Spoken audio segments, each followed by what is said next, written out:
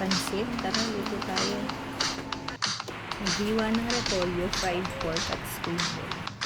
Pati ng carrots, bell pepper, bagibis, garlic, din ng soy sauce, seasoning, salt, and pepper. Igisa ang sibuyas, bawang, carrot at squid ball. After 10 minutes, ilagay na ang bagibis. After 10 minutes, ilagay na ang repolyo, bell pepper, at lapot ng seasoning. Patingin ang lang ang seasoning pepper. At 2 tablespoons soy sauce. 2 tablespoons oyster sauce. At lutuin ng 2 minutes. Lagay ng tubig at 2 pork cubes. At pag tuyo na ang tubig, ilagay na ang nilutong gulay. Haluin at ready to serve. Thanks for watching. Follow and share.